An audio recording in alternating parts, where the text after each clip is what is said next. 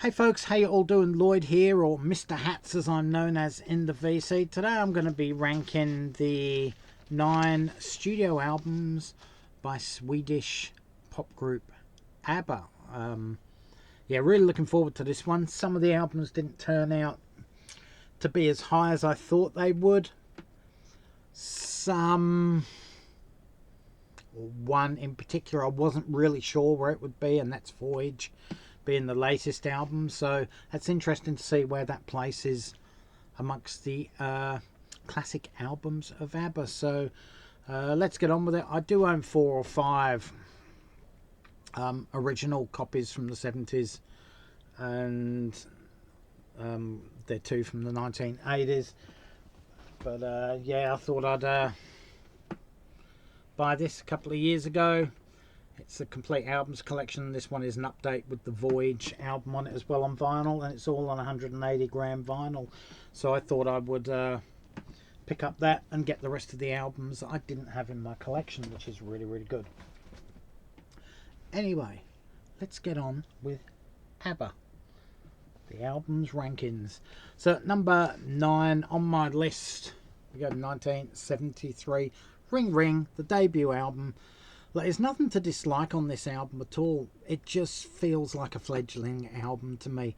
It just feels like they're trying to find their places with each other within the confines of the band, musically and vocally. It's a pleasant album, but there's no real wow factor on this album on any of the songs. They're just a good group of pleasant songs. Standout tracks for me on this are Ring Ring, the title track, and People Need Love. That album scores 7.1 from me. And that's pretty good for the lowest ranking album by an artist in their collection to be 7-ish. That's pretty darn good in my opinion. So at number 8 on my rankings list, we're going to go to 1974, the sophomore album, Waterloo. This one contains 3 ABBA classics. Everything else is really good, except for one track which I can't stand. It's the only track on any album by ABBA that I cannot stand, and that's King Kong Song. Go type it in your YouTube search and listen to it. It is really, really bad. But the rest of the stuff on here is really, really good. It's a step up, obviously, from their debut album, which I did say was, it seemed fledgling. This is far superior in my opinion. Best tracks for me are Waterloo, Honey Honey, and Hasta Mañana. This album scores 7.3 out of 10 from me. Number 7 on my list. This is the album I wasn't sure where it was going to fit in the scheme of things. When I listened to them all, I really wasn't sure, and it's ended up at number 7. It's 2021's Voyage. This is their 9th and most recent studio album. So after 30 odd years, or 40 years now, 40 years since their previous album, because this was 2021, of rumours of getting back together, of recording, being in the same studio at the same time, etc, etc, etc, ABBA finally came back with an album totally out of the blue. No one was expecting it. Voyage. Lots of ballads on here, a few up-tempo tunes. There's a couple of tracks that are average, but they're still really good, and the rest of the album is very good to excellent. 4 of the tracks on here I loved the first time I heard them, and I still love those to this day. I don't think this album really harms the legacy of ABBA. I think it fits in nicely, and a lot of artists you see come back years later and they release an album that just doesn't fit the mold. The Eagles' Long Road Out of Eden, that is abysmal compared to everything else in their back catalogue. They should never have released that. Should have stuck where they were. This could have happened to ABBA, but it didn't. This album is really good and does sit well amongst their back catalogue overall, in my opinion. Even though it is at the lower end of the rankings list for me. Best tracks on here, the 4 that I really love. It's the Christmas tune called Little Things, Bumblebees, Just a Notion, and a song that a lot of people, when you read about this album and what they think of it, really dislike, but I love this track. It's called Keep an Eye on Dan. This album comes in at 7.5 out of 10 from me. Number 6 on the list, we're going to go to 1981, the album 40 years prior to Visitors, but prior to Voyage and its Visitors, their 8th studio album. If someone had asked me what I thought where this album would end up several years ago, I would have said third, maybe fourth. With a stretch, it could have ended up second on the list. But it's ended up at number 6. And on this occasion, it just didn't feel as enjoyable as the other albums. Probably because I'm playing them all in a row. And this one does have a different sound when you look at it that way. It's very dark, it's somber, it's solemn, it's dour. It's just mixed with an almost clinical Andrew Lloyd Webber feel. Like I said, clinical. The songwriting just sounds clinical, formulaic, and deliberate. Whereas their previous albums up to this point had sort of a spark of spontaneity about them. They almost ad-libish at times, well crafted, but happy-go-lucky, whereas this was the total opposite. And it was the end of the band at the time, marriages had failed, etc. So yeah, it was a dark time for the band, I get that, but it shows in the music. Now, it's not a problem, I don't have a problem with that. Paul McCartney's Driving Rain album is very dark and somber as well, almost depressing, but I love that album, So I don't see a problem with artists releasing stuff that's totally against the grain with what they would normally release. Standout tracks for me include When All Is Said and Done and Like an Angel Passing Through My Room. This album still comes in at 7.6 out of 10, and that mark 7.6. Anything over 7.5 I love. So I do love this album, just not as much as the others that I do love more, obviously.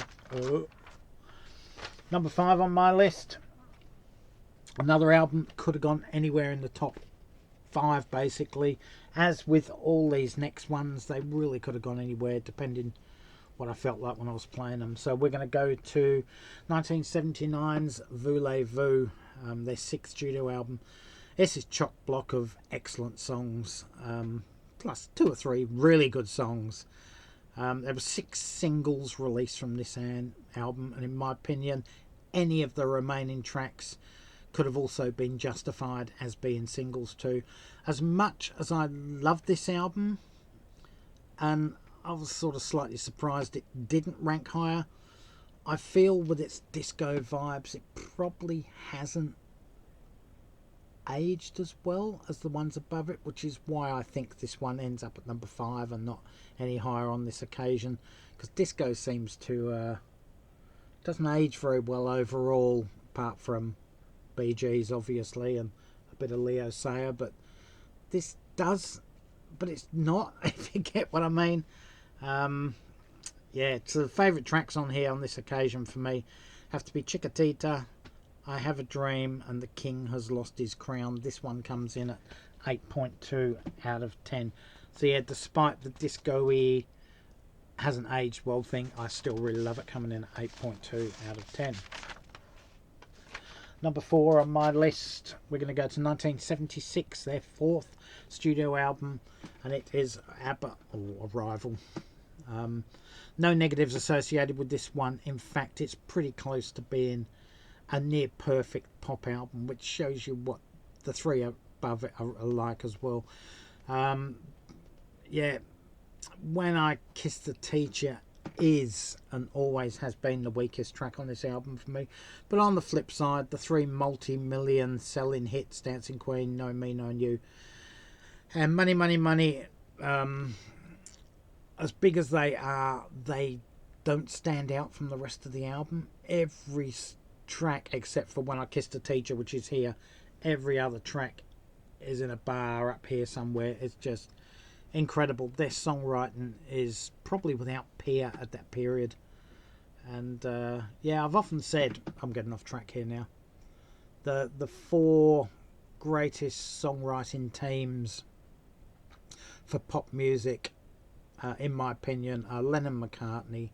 You got the brothers Gibb. You got Benny and Bjorn from ABBA, and you've got the Finn brothers from Split Enz / Crowded House, and they're the four that stand head and shoulders above everyone else, in my opinion.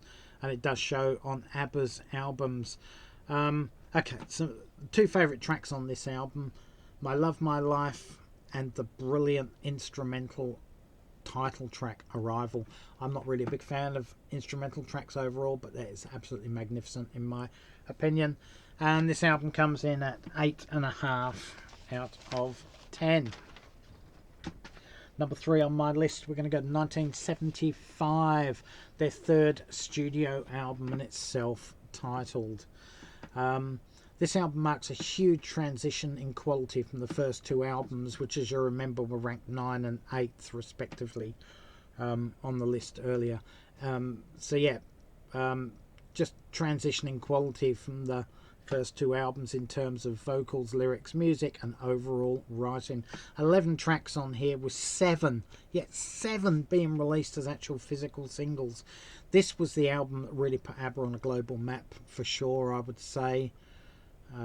Maybe the fourth album, but this was the one that really got people up and noticing. I'd like to say it's a masterpiece, but what do I say about the top two albums if this is a masterpiece? You can't get any bigger than a masterpiece, if that's the case. Anyway, love just about every track on here. Favourite two tracks are SOS and So Long. This album comes in at 9 out of 10 from me. Number 2 on my list, I really expected this album to be number 1. It was the first album I purchased with my own pocket money. It was the first time back in the day that I actually took notice of ABBA, and that is 1980 Super Trooper. I remember buying this with my pocket money, and my dad was going, "You don't like ABBA? What you fucking buying that shit for? You don't fucking like them." And that was the sort of stuff he was saying at the time. I'm like, yeah, I really like it. You know, The Winner Takes It All, magnificent song. And there's me, 12 and a half years old, maybe 13, and The Winner Takes It All, and it was just blew me away. It was absolutely incredible.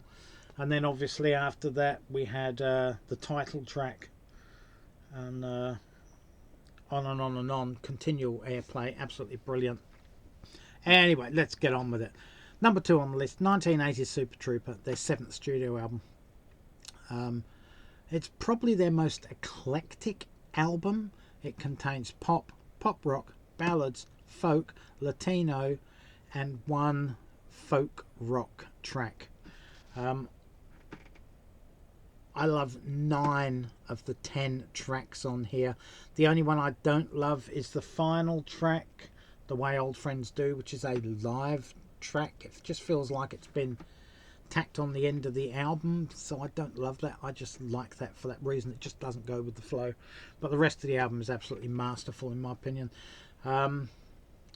This album still gets regular CD play in my car. It has done for decades now. At least three times a year I'm putting it in my car to play. I play it more than any other ABBA album. It's just it's a seamless flow through all the different styles and genres. Favourite tracks on here for me are the title track, Super Trooper, the haunting ballad, The Winner Takes It All, and the folky, The Piper. So yeah, this one comes in at 9.5 out of 10. Which leaves one more album. People like Richard McCook are going to know exactly what the album is. They might be going, "Don't!" Or they might be going, "Yeah, totally agree with you, Lloyd." So we'll see if Richard McCook actually watches this video and what he thinks of this. So number 1 album by ABBA is ABBA the Album from 1977, their 5th studio album. This one contains Name of the Game and Take a Chance on Me, plus the double A-sided Australian hit Thank You for the Music and Eagle. Eagle is almost a bit proggy at times with the guitar work. It's my favourite ABBA song of all time also. The only song I don't like on do not love on here, not like. The only song I do not love on here but still really like is I'm a Marionette. But having my favourite ABBA song on an album where there's 10 tracks. 10 tracks is there? 4, 5, 6, 7. Yeah, one's in 3 parts, but really has like 9 or 10 songs. Only one that I don't love but like Super Trooper, but if my favourite ABBA song is on this album, then that supersedes Super Trooper easy. Eagle should have been a hit, should have been released as a hit everywhere. It's absolute masterpiece, as is this entire album. Favourites on here for me are obviously Eagle and Take a Chance on Me. This album comes in at 9.6 out of 10. Absolute masterclass of an album, as is the top 5 basically from Voulez-Vous onwards. Masterclasses, absolute masterclasses of albums from ABBA. So there you go, folks. Let me know in the comments section below what you think of this ranking. As I said, I'm not an ABBA fanatic. I just own their albums. I listen to them. I like them. I wrote down what I thought about them. I'm no aficionado of ABBA by any means, but I do like them and appreciate them for what they are, a great songwriting and pop band. So anyway, guys, thanks for watching. If you've hung through till the end, stay safe, take care. All for now. Catch you around, and bye, folks.